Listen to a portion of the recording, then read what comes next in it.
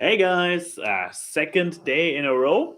I would say that's a good start already. But since I mentioned yesterday that the inauguration of Biden might give me a reason to talk, I was like, yeah, probably should come around and talk about it. So, Denim and I just finished watching it. You might even still hear a little bit in the background. We still have the live stream going on, even though at this point it's just cameras everywhere in the Capitol, sneaking in on all the politicians and whatnot, standing there in the hallway and just in small groups talking with each other. So the main stuff is over, especially since there is no former president to be sent goodbye, since somebody also yeeted himself out this morning. But I also made myself the promise to not necessarily start with the second video of this revival of the Dead channel, or of the Zombie channel as it has already been called, to too heavy political. So I want to keep it more lighthearted. So first things first, this now was my first ever presidential inauguration that I actually watched, like from beginning more or less till end, and still with the aftermath going on there. Um, and I mean, overall, it's not like, oh, what a life changing event that I got to see and witnesses, but living with an American now, and also having grown more invested in what's going on in the American politics over the last 4 years, it was something that I felt appropriate to watch and indulge a little bit in. What I kind of already can see, a downside of this entire happening, is that now Trump truly can say that he had a bigger inauguration crowd, at least than Biden. But on the other hand, today the sun was actually shining in New York, in Washington. New York probably too. I don't know. Anybody from New York here who can confirm? But besides that, a few other thoughts that I found it actually. I mean, it wasn't too long. It wasn't actually watchable thing. I have to say, despite all the controversial stuff you hear about Biden as a speaker, because there's always the thing that he allegedly stumbled so much over his words. He held a pretty long, pretty dynamic, engaging speech. I believe he had one and a half actual stumblers in it, so I can see it, and I can already imagine that people will, his opponents will like jump on this one stumbler and be like, "Oh no, look at him, how he is basically not all there yet." While no, he held a pretty long speech with a lot of energy and whatnot. So that is a very, that people who would focus in on this one two stumblers would really reaching. Let's put it like that. And overall, I'm especially glad that it went well. I mean, there were some points where I was like, okay, if anything would happen, this right now here, that would be the moment where something bad would have the most theatrics if it would go down. And thankfully, nothing did happen. I mean, on the other hand, given how closed off this entire area was, it is not really surprising.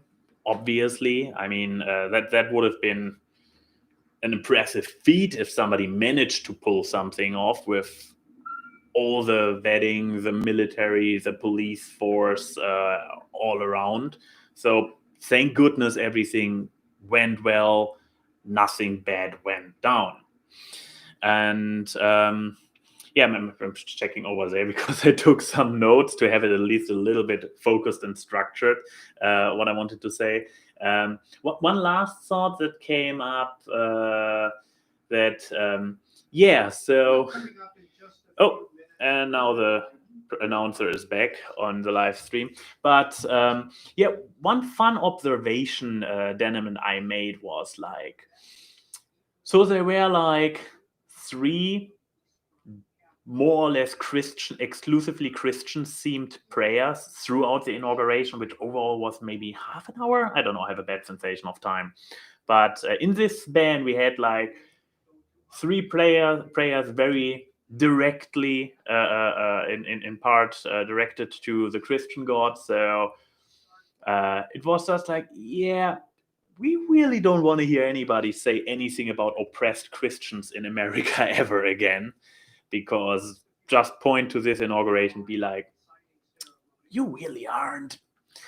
But yeah, besides that, was an okay watch. I mean, I can try to link the live feed in the description down below, or the VOD of the live feed. I have no idea if it will remain. Also, it's a pretty long one. It started even earlier before. I went back in the file and I saw that it started even with Trump's goodbye speech and fleeing to Florida in the morning. And talking about stuff in the description, I went back to yesterday's video and actually linked the keychain channel in it. I mean, it's probably a dead project at this point. I don't think that I will pick it up again. But yeah, so at least some people can see it, what I tried there. I don't know. Besides that, I already started collecting a few topics. I will try to keep each of those videos to a single topic. Sometimes it will be something current, like today. Fun thing, or maybe should I keep this one next for another day as a topic?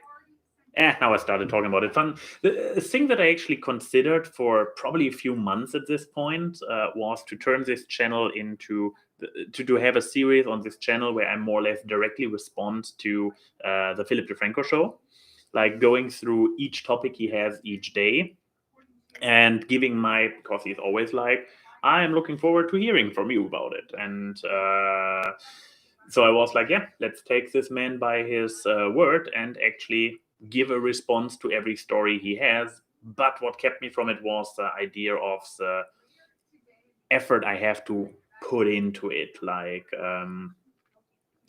every day watching it and either taking very elaborate notes or having to go back in to edit it. And as I mentioned yesterday, the premise of having to invest so much additional time and energy into it is kind of something that with a full-time job, it has a very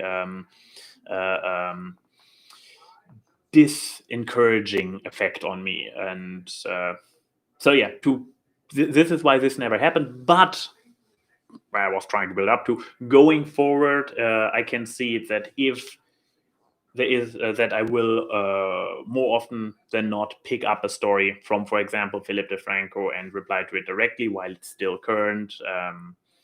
And besides that, I have more timeless topics that I start collecting whenever I thought I'm like, put it on the list. And hopefully one day I will talk about it, one day soon even. But yeah, that's it. As you can see, I'm already wearing my Gaming in Ties shirt, and I didn't bother taking the green screen off for this video. I hope to be less lazy going forward and actually taking it off to have the more elaborate background visible. Not to mention that it's probably not the best idea to be on the internet with a green screen right behind you. I mean, at least I don't have the good lights on, am I right? Oh no. Now I'm really putting myself in a tricky situation.